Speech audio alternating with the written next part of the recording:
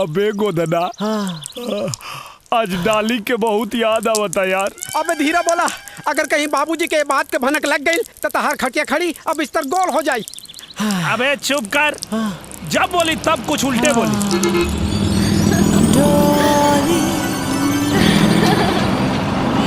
अबे गोदना, हमें भागना।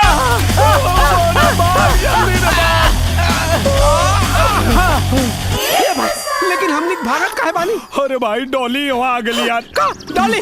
देखो भाई मजाक मत कर यार। अरे यार मजाक नहीं की करो, जोन बॉस गई ना, मैं अब अपना आँख से निकली यार। गजब हो गई अब का यार। हे भगवान। ए गोदन, तू कहत रहे कि तोर माई बाप 4 धाम के यात्रा पे गए बने। हाँ, तो काहे? अपने घर की चाबी निकाल। चाबी? अबे यार चाबी निकाल जल्दी। शॉर्टकट मार के जल्दी बस स्टैंड पे जो। Bus stand? और डाली केहू से कुछ पूछो ओकरा पहले ओके लेके हमरा घर या नहीं तोरा घर यानी हमरा घर जल्दी लेके घर तो हर घर तो हमरा तो कुछ नहीं के समझ में आता भाई। चाबी दे जल्दी जो। हाँ ठीक है, जल्दी लेके आ। रुको।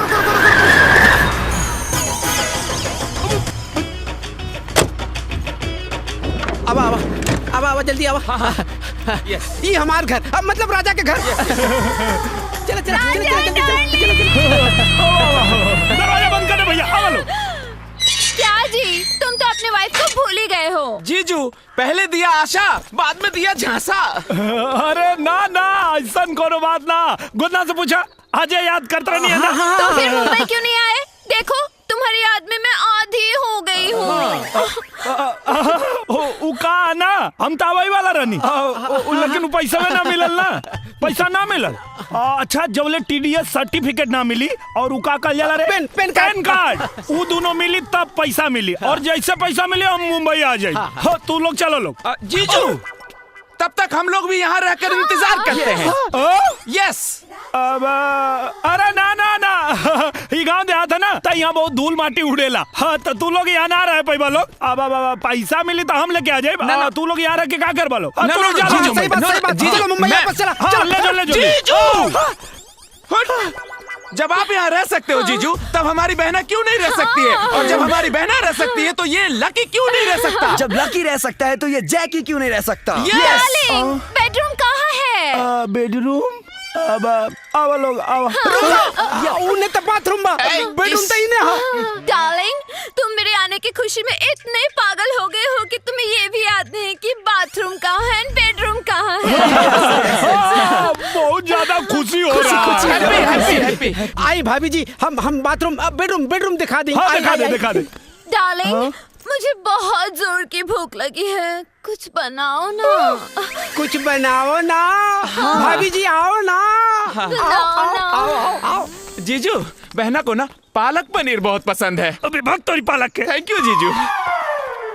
पालक पनीर पसंद। आज मुसीबत के याद के नहीं आज आ गए। हे भगवान। दुल्हन, तू खाना काहे नहीं खैलुआ बहले?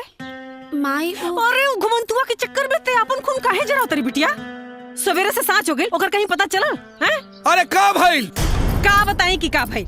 हम तो ओकरा से परेशान हो गल बानी जी। ई लेकी सवेरे से अन्न का दाना नहीं डलले मुंह में हैं?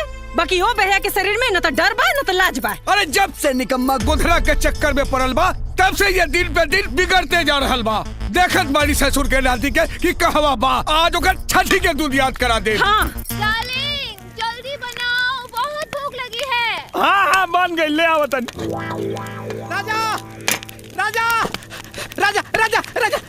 बाबूजी बहुत गुस्सा में बाबूजी यहाँ अवतरण तू जल्दी भाग, ना तो सब कौन खुल जाए। अरे वहाँ कहाँ जाता? बाबूजी होने से अवतरण तू ना जा। ए भाई सब संभाल लिए। हाँ हम संभाल ले। अरे बाप रे, हे भगवान, ये दोस्ती के चक्कर में वो का करे पड़ी।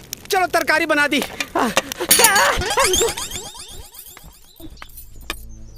कहाँ रहले हरे? हम तोहरा के खोजत हरान रहल बाड़ी। बहू कब आइल है? बाबूजी, अरे ससुर, हम तोहार ब्याह ई खातिर कैली कि तू सुधर जाबे। अरे तू सुधरबे का, उल्टे तू और बिगड़ल जा रहल बाड़े। एक बात कान खोल के सुन ले राजा, अगर तोहरे कारण हमरा बहू के कुछो भइल तो तोहर हाथ गोर तोड़ के घर में बैठा दे। निकम्मा कही के दिमाग खराब करके रख देलस।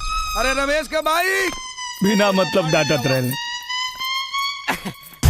पाँव लगी भौजी ओ अरे आलू पालक की सब्जी ई सब्जी तो राजा के बहुत पसंद बा और लाई ना लेके आई हाँ हाँ सब्जी सब्जी लाई ना ली आवा ना इहो खा ले हाँ ले आवा करे तू यहाँ आके खाना खा रहा तू यहाँ आके खाना खा रहा बाड़ा है वहाँ मुंबई वाली भौजी पूरे गांव में खरमंडल नांदे जात रहली है हाँ हम उनका के बड़ मुश्किल से मना के अब बाहर से दरवाजा में कुंडी लगा के आईनी है तू जल्दी करा नहीं तो सगरो खेला गड़बड़ हो जाए ए भाई तन जो न जाके संभाल भाई जो हम कुछ ना कर सके नहीं समझ ला तू जाना तोहार काम जाने हाँ हमरा के ऐसा लगा था कि तुम्हारी डबल ड्यूटी के चक्कर में एक दिन हमारा टट्टी निकल जाए जल्दी आओ ए सुन ना ए गोदन ए गोदना ए गोदन